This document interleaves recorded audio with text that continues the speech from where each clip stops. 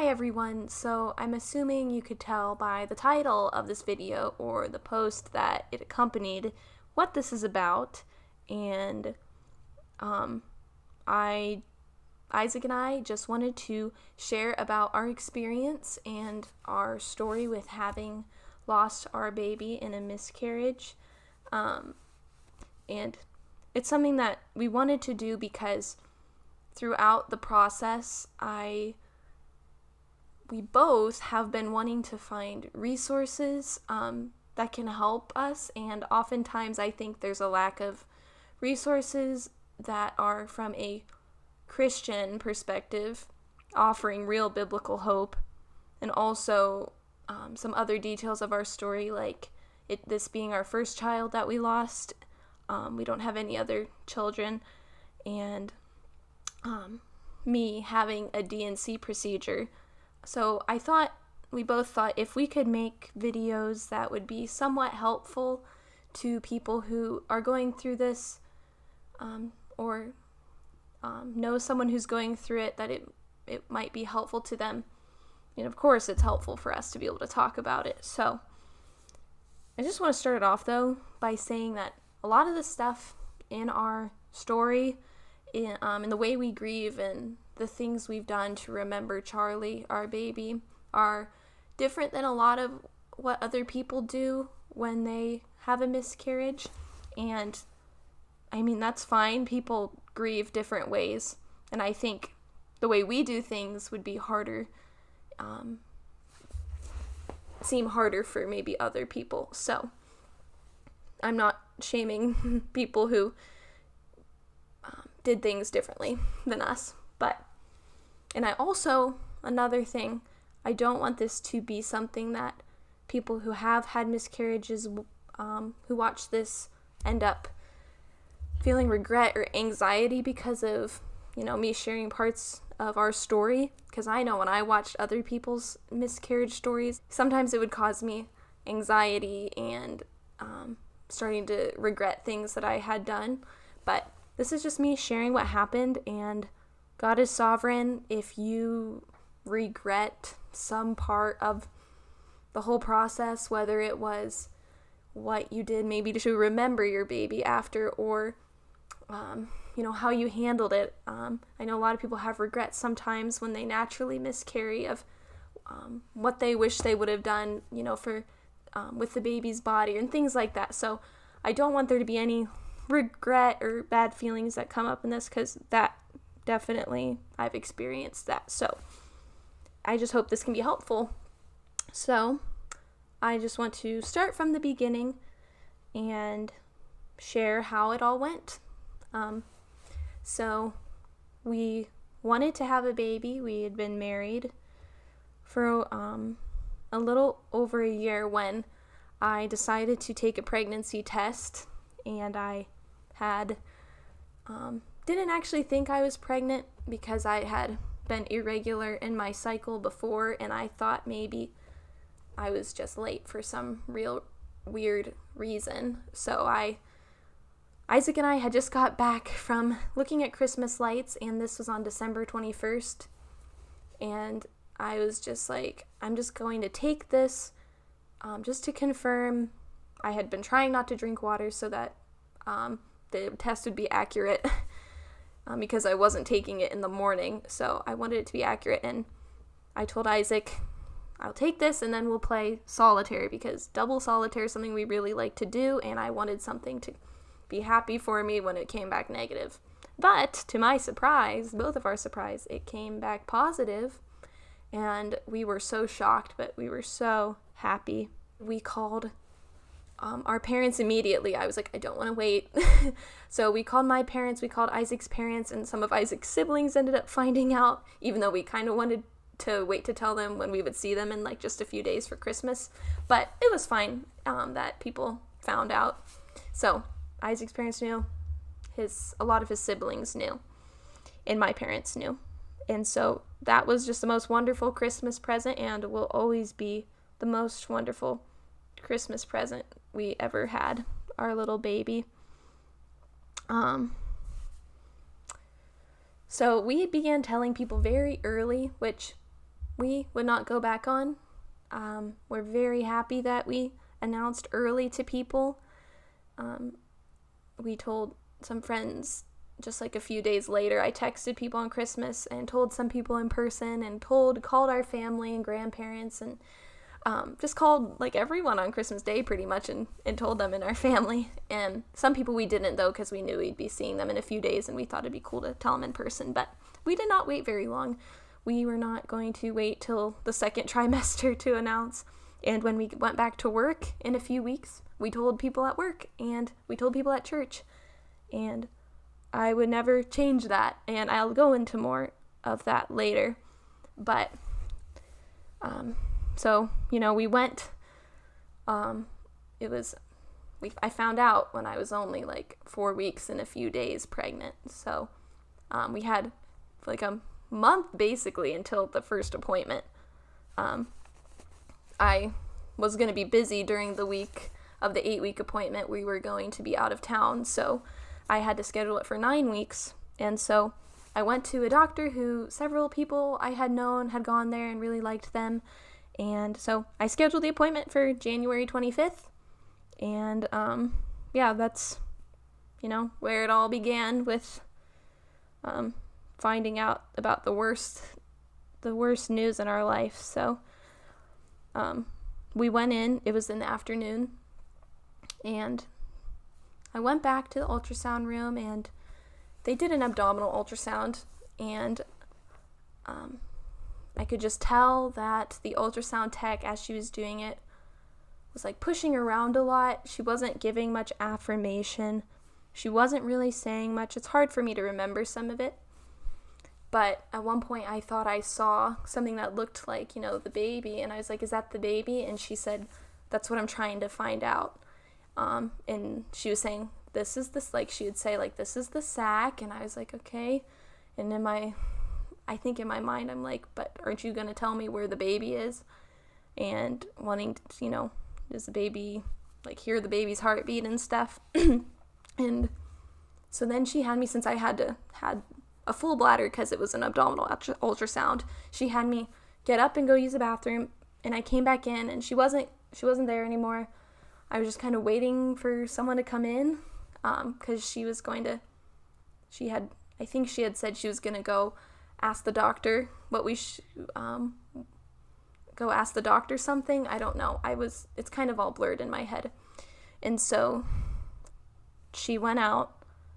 Eventually, I think someone else came and asked us to come with them to another room. And on the way there, she, weighed me, and she asked me a few questions that seemed pretty, basic. But I had told Isaac just before then, I think something's wrong. But Isaac, hadn't been thinking that yet.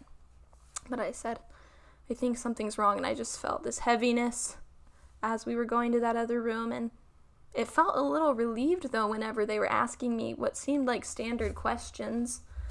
And so we went in that other room and sat down, and then the lady who had brought us there left. And then a doctor came in, and pretty much as soon as she came in, she said, I'm so sorry you're going through this. And then we knew immediately what she was talking about. And she went on to tell me that the baby didn't have a heartbeat. And, so that appointment is the most terrible experience of my life. Not because of the doctor's fault or anything, or because of the office's fault, but because of what happened. And that is one of the things that when I think about, I just can't seem to, the pain doesn't go away for that. So, she then, while we were there sobbing, we were in this room just sobbing and feeling so heartbroken. She had the ultrasound pictures, asked if we wanted them, and we said yes. We definitely wanted those because there was, they were able to get a picture of the baby through the ultrasound, even though the baby wasn't alive. So she started to go through what we could do, and because I had what people sometimes call a missed miscarriage, meaning the baby's body does not pass for a while, and it There's no sign of anything going wrong. I had no bleeding, no cramping, no anything. But I thought I was 9 weeks, 4 days. It had looked like the baby died around 7 weeks, 6 days. So, and of course that's all, estimates. It was probably somewhere around those times, but we don't know the exact day or anything, which is helpful not to know the exact day the baby died. Because I would be thinking back of, did I do something and things like that. So she told us, you can do the wait and see method, wait and see if the baby passes naturally, but they had said they didn't recommend that. There was Cytotec, which is a pill you take that basically causes your uterus to contract, I think, and pushes the baby out.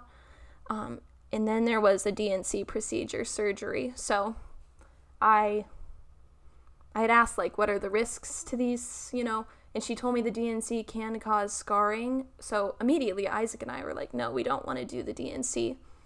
And so in our minds, we just were thinking, I'll do the pill version. And this is just my thought at the time.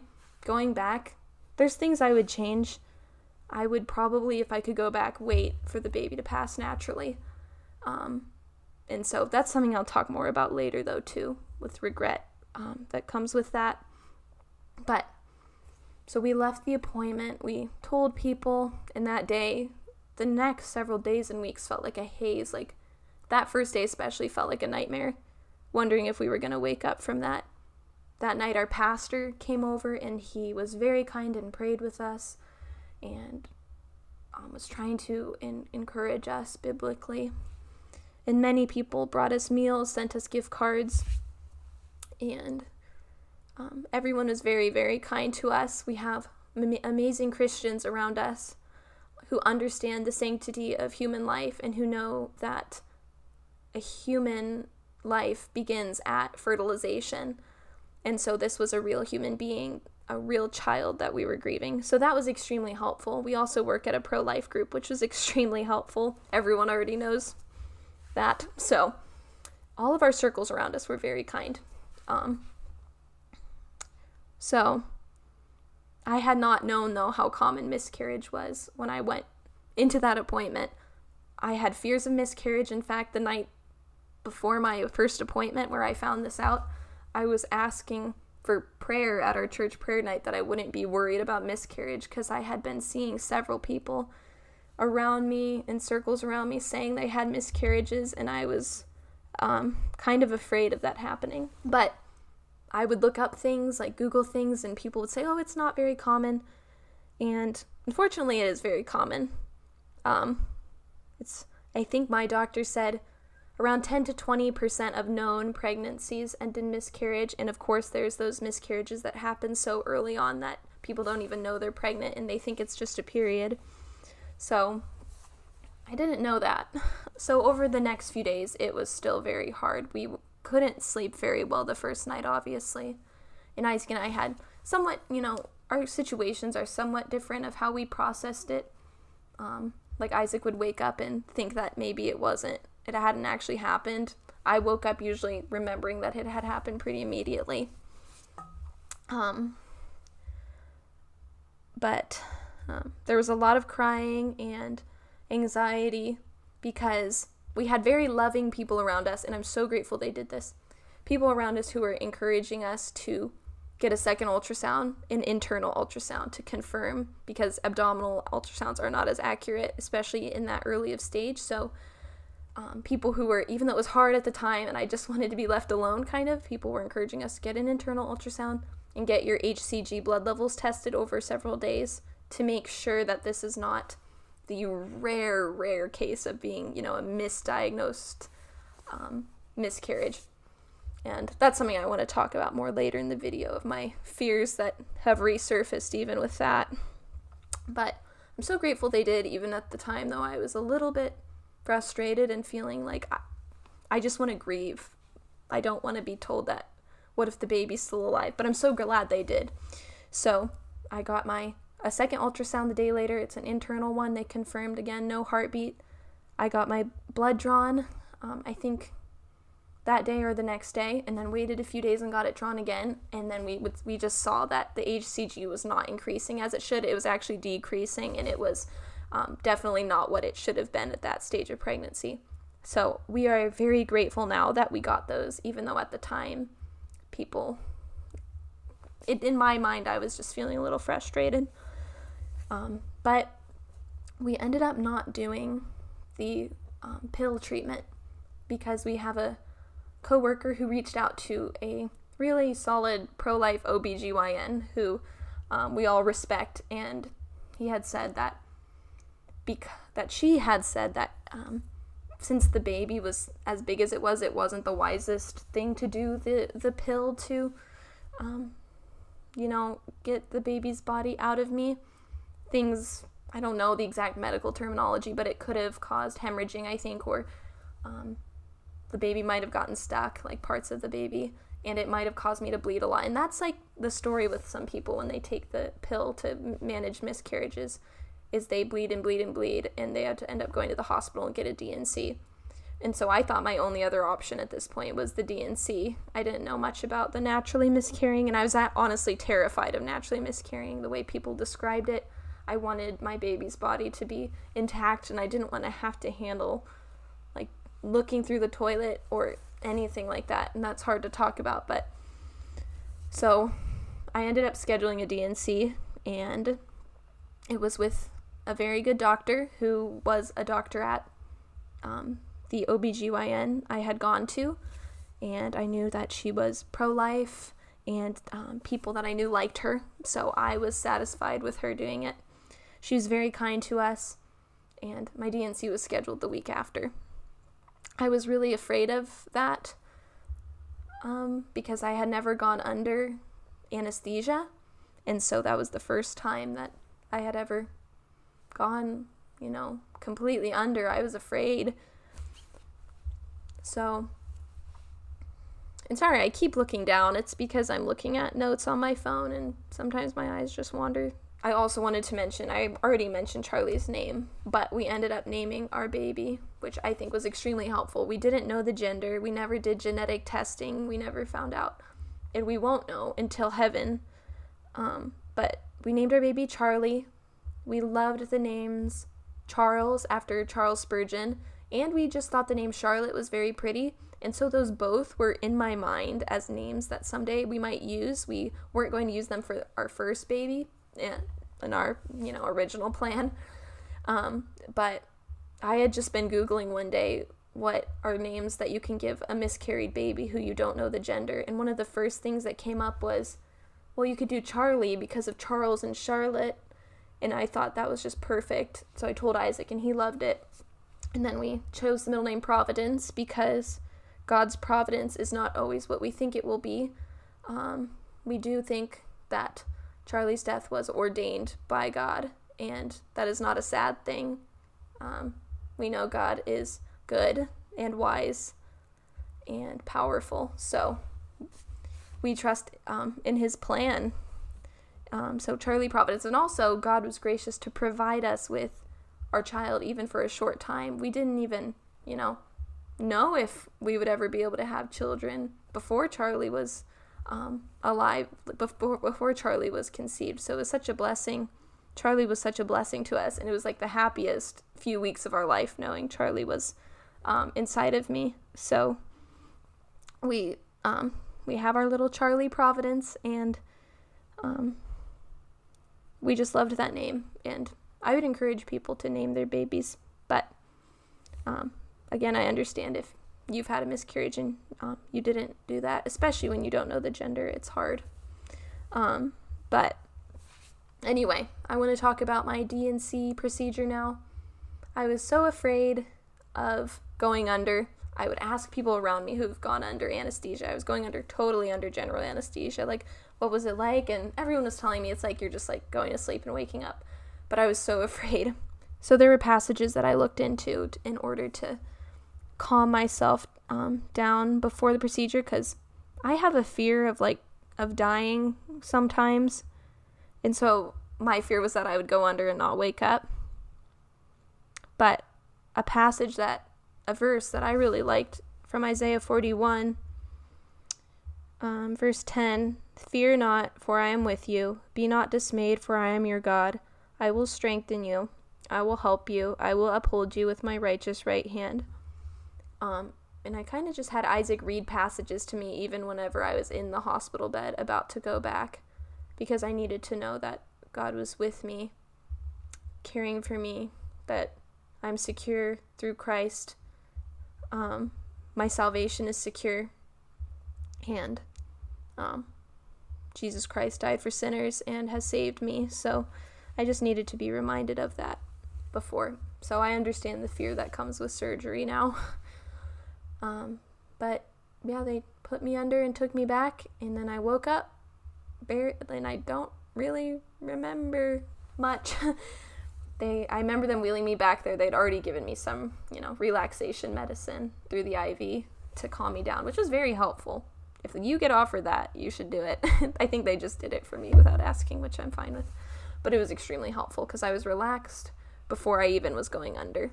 And then they I think they put a mask over me, and I think the last thing I remember is like coughing a bit, and then I don't remember anything after that.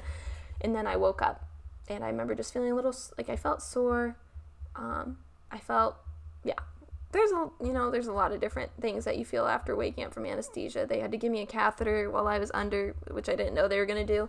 And so when I woke up, I was just feeling a little strange. But then they wheeled me to post-op, and the only, effects of, being, under that anesthesia, I needed Isaac to drive me home, of course. He was there anyway. He drove me home, and I threw up when I got home because anesthesia can make you nauseous. So I did throw up, but I only threw up once, and after that, I didn't really have any effects of the anesthesia. Like, my arms, I remember, felt, heavy, hard to lift. But it felt like an easy recovery for the first few days after the DNC. I had some bleeding. It wasn't intense bleeding, and it would, it started to slow down a lot. But something that was really, really hard was when, a week or so later, the bleeding started picking up again, and I was not prepared for that to happen. I thought I was, in the clear at that point, but it started to pick up, and I was really worried that I had retained tissue inside of me. Parts of the baby's body or other, tissue that should have come out maybe was still inside of me. And so I would call the doctors, after hours line to talk to the doctor and ask questions. And some doctors were more comforting than others. Some did not comfort me the way that I wish at the time that I wanted so badly. I did not want to hear about the possibility of having to go to the emergency room. Luckily, even though that was so terrifying to the point where my body was shaking when these things were happening. I was having clots come out that were they were big, and there was just so much blood at some points, and it was so confusing because I thought I was supposed to be out of the clear, and I did so much researching, but eventually it calmed down a lot. I had talked to a doctor who said, this seems normal. Your body just might be trying to get out some remaining stuff. So I had a follow-up appointment a few days later, and they confirmed that my uterus was going back to normal. It was back to normal size, basically, because I had been in a few days earlier when I was going through all that bleeding, and they just did an ultrasound to see what's going on, and my uterus had stuff in it still, but then I went back a few days later, and it was all basically gone. And so that was such a wonderful appointment, and she checked, just did a pretty good exam on me to see how everything's healing, and it was healing well. So that was kind of scary, because I was like, am I going to have to get a second DNC? At that point, I kind of knew more about DNCs, and I knew that, one DNC is probably not going to do much, but multiple could be more of a risk. And none of this is medical advice. This is just me saying what I've learned. So I was very happy at that appointment, and it felt like I had the weight of the anxiety of worrying about my own health off of me, and I could go back to just grieving my child. So we had asked the hospital beforehand if we could have Charlie's body, and they had to make some phone calls, figure it out, but we were able to. and they gave us our baby's body, and Isaac and I had the very next day had a service with my parents because they're in town, and our pastor, and we buried our baby's body on my parents' property. My dad built a little garden box thing that we could bury the baby in, and also plant like flowers in the spring and stuff. So we'll be doing that soon, planting some flowers in there. So that was very kind of him, something he could do for his first grandchild. So I was very grateful to that, and our pastor for coming, and he, said like he had something prepared to share with us, even though it was just, me, Isaac, and my parents. He knows the sanctity of human life, and he definitely treated our baby as a real human child who died. And so we buried our child there. We were very grateful to have been able to have a time alone when it was just Isaac and I, that we were able to hold our baby's body. It didn't look like our baby's body, but we don't really care. Like we just wanted to see our child. So now, after I got through the whole story, I want to share a little bit about, the long-term effects, and different things we've done to remember Charlie. So right now, our current struggles are definitely different than what they were at first. It's gotten a lot easier to go out and laugh and be able to talk, even about babies and pregnancy to a degree. However, I have a fear that this is something that maybe a lot of people with DNCs, have, when they find out what could possibly happen with a DNC. Like, I'm afraid that I've damaged, like, my body. There's no sign that it's damaged. Everything seems to be functioning well. But I'm afraid that, like, there's just that fear that comes up of what if I have, what if I have scarring or Asherman syndrome, which is, like, a very rare thing that can happen after a DNC. And I have the fear of not having any more children. And if I do, whether or not they'll survive. So those are that's kind of what I'm currently struggling with like the, with the regret of the DNC and just knowing more now. But again, I know God is sovereign, and this was in his plan. And I don't have to look back and regret. I need to think about things that are true and lovely and admirable, not think about what could have been, because I can't go back and change it. There's nothing I can do to go back and reverse that. And then there's lingering sadness that intensifies and feels fresh when we hear friends and family announcing pregnancies and babies being born. That's been one of the hardest things for us. We have people all around us. Right now it seems like there's just like a baby boom happening in all of our circles. Work, church, family. There's 2 or more people in each of those circles who are pregnant. And there's even people who are very close. There's a girl who's the same date that I would have been around in one of our circles. So it's just very, that's probably the hardest part right now, is the pregnancy announcements. It almost makes the sorrow feel fresh again. And people who've gone through miscarriages, especially, I think, for their first child, understand that.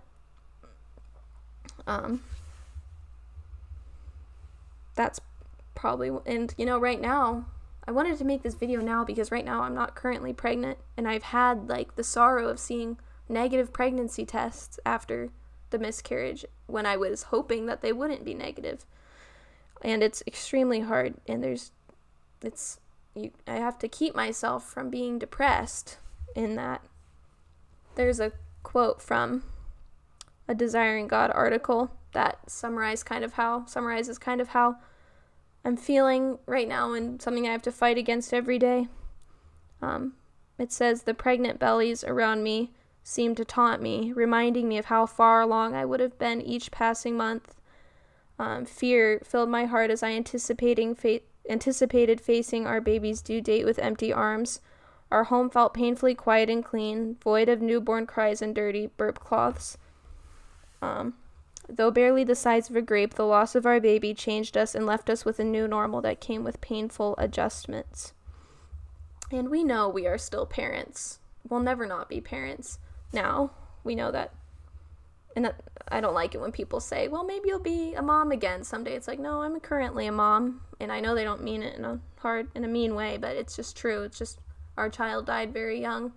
So that's our biggest trial right now, is the wondering whether we'll have more children, and if we do, if the same thing will happen, and just the pain. But we are told to rejoice with those who rejoice, and those people who wept with us during our weeping, we should rejoice with them when they are pregnant and having babies.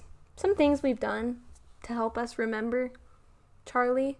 We've done a lot. We've done more than most people probably, and you might think, wow, that's like too much. But for us, it's what really has helped us heal. Both Isaac and I got some dog tag necklaces that one side has the ultrasound picture and the other side has a little a note in the baby's name. And so we wear those sometimes. Isaac wears his a lot more than I do, because I also have some friends. I actually got 2 of these necklaces. They're little forget-me-not seeds inside of a necklace, because it's basically, I think, something people do when they lose a baby to miscarriage or a stillborn baby. They have a forget-me-not seed necklace, and so that's kind of what I wear. And my friends, a few friends from work, got me a bracelet that has Charlie's name on it, which I wear a lot. So there's a lot of stuff like that we can just carry around with us no matter where we go. And then Isaac and I also, probably can't see it. We can't see it in this shot, but in our bedroom and out in the living room, we have ultrasound pictures on the wall. We have 2 different ultrasound pictures, one from my first ultrasound and one from the next day ultrasound where I had the internal one. And so we framed those because that's one of our children, and we want to not forget him or her.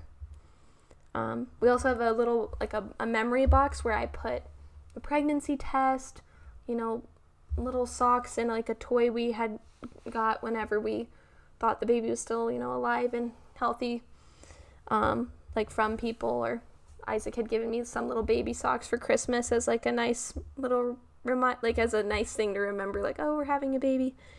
And pictures, and I took text messages people sent us during the miscarriage, and printed them out and put them in there, and cards, and just some other things just to help remember that Isaac and I have decided every year on January 25th, we want that to be our Remember Charlie Day. And with any future children we may have, we want to go through that box with them and show them who their, one of their siblings is, who they won't meet until heaven.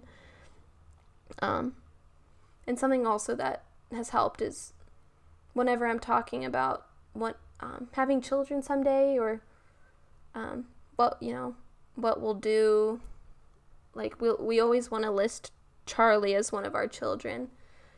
And I try to say things whenever we have living children or born children, because I know we do have a child, and that's just helpful for us. And it's helpful when other people refer to that as well. It's so nice when family and friends talk about Charlie. A lot of times I think people think that it's not, that people don't want to talk about their miscarriages. For Isaac and I, we want to. And I do think a lot of people would benefit from people asking about their baby or how they're doing, even if it's months later. Now I want to just share about some things that were helpful during, the grieving, which we're still grieving, but during the beginning stages, and what helped us a lot get through some of the harder parts. I wanted to read some scripture that was encouraging for me in this time. So I read this it was in the middle of the night, I think, it was the night after we found out. And I was up in the middle of the night, I couldn't sleep. So I was journaling, and I had found this verse in Habakkuk 3, it says, "Though the fig tree should not blossom, nor fruit be on the vines, the produce of the olive fail, and the fields yield no food, the flock be cut off from the fold, and there be no herd in the stalls, yet I will rejoice in the Lord. I will take joy in the God of my salvation. God the Lord is my strength. He makes my feet like the deer's. He makes me tread on my high places." So that was something that was one of the first passages that was comforting for us, because even though it seems like there's not, much, it seems like things are, like our baby was gone. It seemed like the tree wasn't blossoming at that point, and there was no living baby inside of me. So that was one of the first things that was comforting. And then Isaac encouraged me too, and he would also read Psalm 139 all the time. And you can read Psalm 139 yourself also. I'll just read a little portion from it.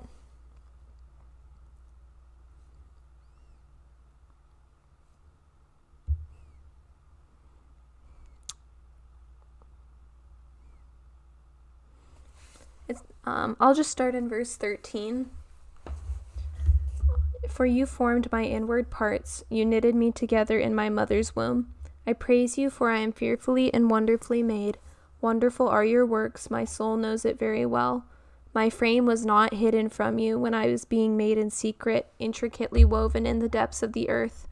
Your eyes saw my unformed substance. In your book were written, every one of them, the days that were formed for me, when as yet there was none of them."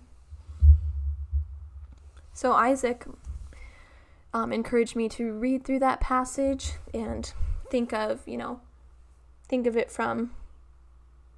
it in perspective of thinking about Charlie. God ordained all of Charlie's days. This was not a surprise to God. All of Charlie's days were numbered and were in God's book before the foundation of the world. And then he also said we should read through it, thinking about our own selves, that God knows God knows us. He knows our sorrow. He knows our getting up and our lying down. And so that was also comforting, thinking about it for us. And then, of course, we were worried about each other in this. So we would read through it and then think about each other, how God is caring for the other person through the trial. So I thought that was a really good thing to do. And we did that over, several days. And we would often come back to Psalm 139. Another thing that is very important to have a good theology of is what your view is on babies who die, where they go. And that's something Isaac and I didn't even have much of a view on. And we didn't really, no, we thought of it strictly like, I don't know, we didn't have any reason, I guess, in our minds to look into it as much, which doesn't make much sense because we worked for a pro-life group. We probably should have looked into it. But a book that was really helpful that Isaac read all the way through, and he told me, and I know some of the biblical arguments that are mentioned in it, that talk about the biblical case for why babies who die go to heaven.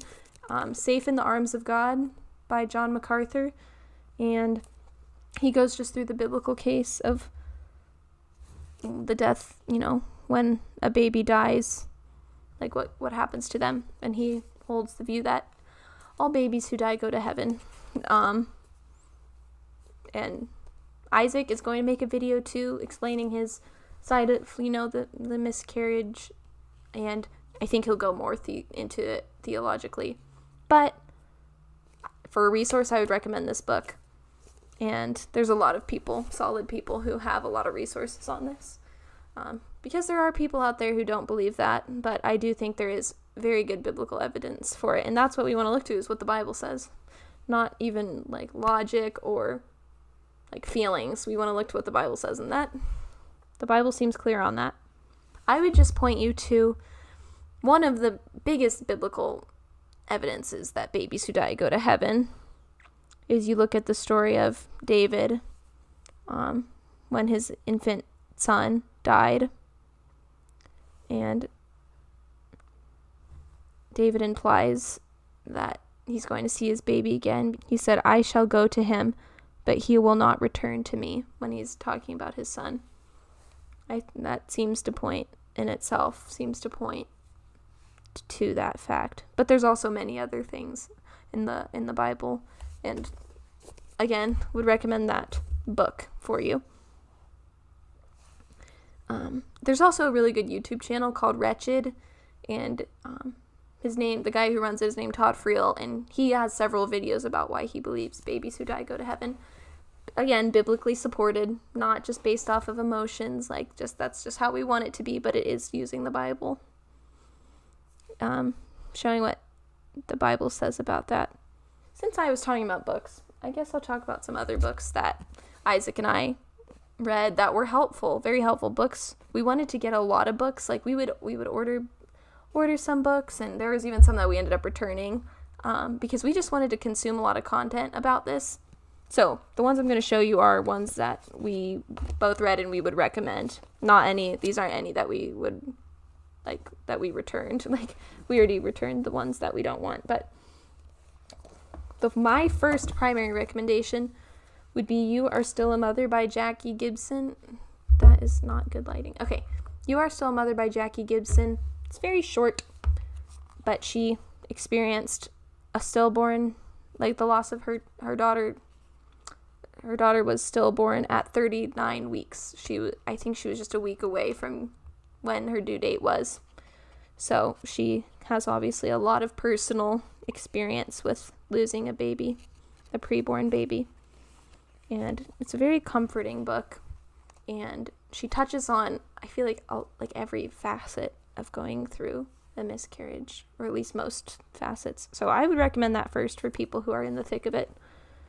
And then maybe later I would recommend Inheritance of Tears by Jessalyn Hutto. Interestingly enough, I read this one before I read You Are Still a Mother. And it was very helpful. Again, very biblical. These are books that are filled with, the Word of God. It is not just fluffy comfort. It's not even just, people who say they're Christians. It's, solid theology in here. So, this is talking about miscarriage. And then another book that is also can be for people struggling with infertility. It's called Longing for Motherhood. I found this lady, Chelsea Patterson Sabolik, through Desiring God, I think. She had written some articles for them. She was born without a uterus, so she can never have children. So she knows a lot about, especially if this is your first child you've lost, sometimes you think you won't ever have any more children, and so you kind of already have to grapple with, feeling, with the same feelings that come with infertile couples a lot of times. So, Longing for Motherhood by Chelsea Patterson Sabolik. I don't think it focused, but it's okay. And then Isaac read this one. I didn't read through it, but it's a very small book, and it's called Grieving by James White. And it's not about miscarriage specifically, but it's about grieving, and Isaac enjoyed it. So, but yeah, those books were helpful. Something also that helped more, a few weeks after, the finding out about Charlie dying, and about, it was after the DNC also. Something that helped a lot was listening to songs, listening to music. So I just want to go through a few songs that really helped me, either because they were filled with, trusting God through sorrow and suffering, or they were about just praising God and remembering that, just remembering the point of life, to glorify God. It is not to have children. You can glorify God through having children, but the point of life isn't to have children and to have a big family, which has definitely been really impressed into my head during this. So, some of our favorite songs, Isaac and I shared this one as one of our favorites. It's Lord, from Sorrow's Deep I Call, and we both really like the version by Doxology. I think they're associated with Southern Seminary, so I want to read from each of these songs that I'm going to list. I want to read a line that was helpful. It's so beautiful. The song like starts, of course, very somber. It's all somber, but then it just gets very victorious towards the end. This is a line that I really loved. Should my life be torn from me, every worldly pleasure, when all I possess is grief, God be then my treasure. So, of course, we feel like all we possess is grief right now. And so that just made our hearts sing. Another song that will definitely, it makes me cry like every time I listen to it. And I don't really feel like I'm not that much of a crier. Maybe I am, but if you listen to Though You Slay Me by Shane and Shane, like the YouTube version that has like the John Piper part in it, that is just so good to listen to. So they're playing Though You Slay Me, but then partway through, there's like a clip from a John Piper sermon that comes in where he's talking about suffering. In one of the lines, he talks about, when your mom dies, when your kid dies. He says when your kid dies, and he goes through like different things that could happen.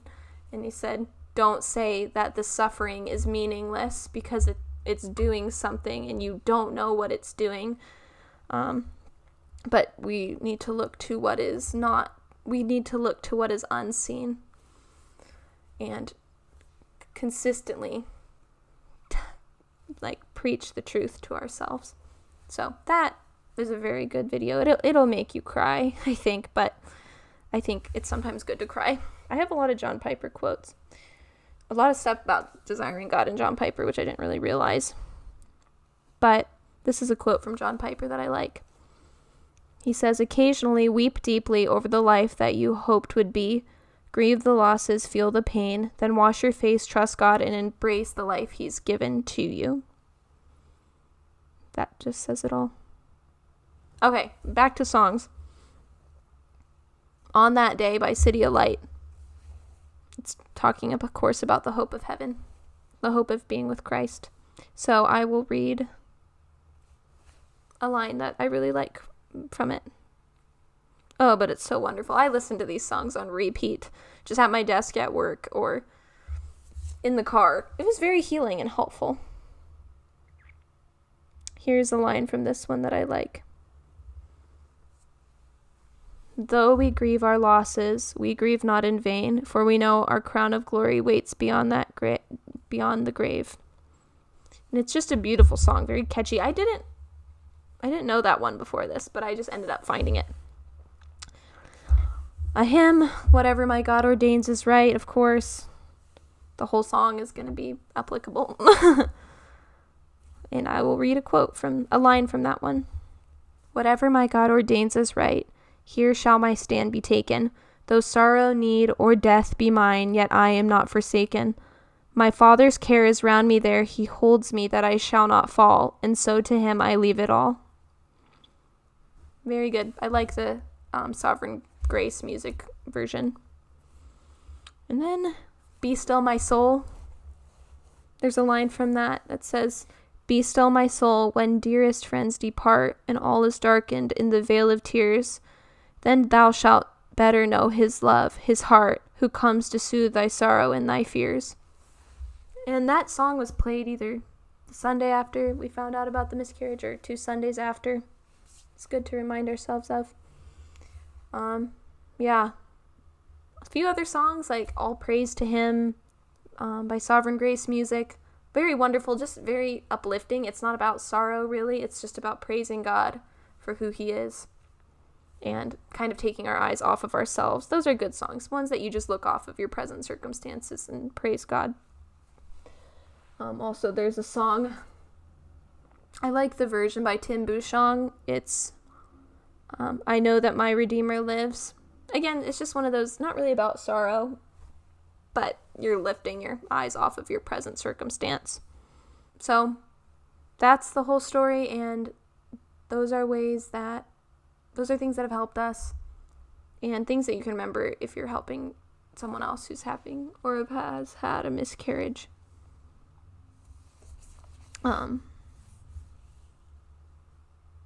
But I definitely know the many anxieties and regrets that come after I also wanted to touch on one more thing. Sometimes these types of videos can make you think about your own situation and start being like, oh, should I have done it that way?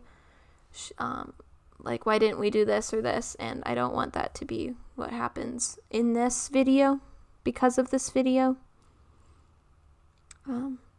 I just wanted it to be comforting. I remember watching a video of a girl talking about her miscarriage and how the doctor had said she might have a molar pregnancy, and there's no reason for me to believe I had a molar pregnancy. My doctor didn't think so, but I never had the genetic testing to see.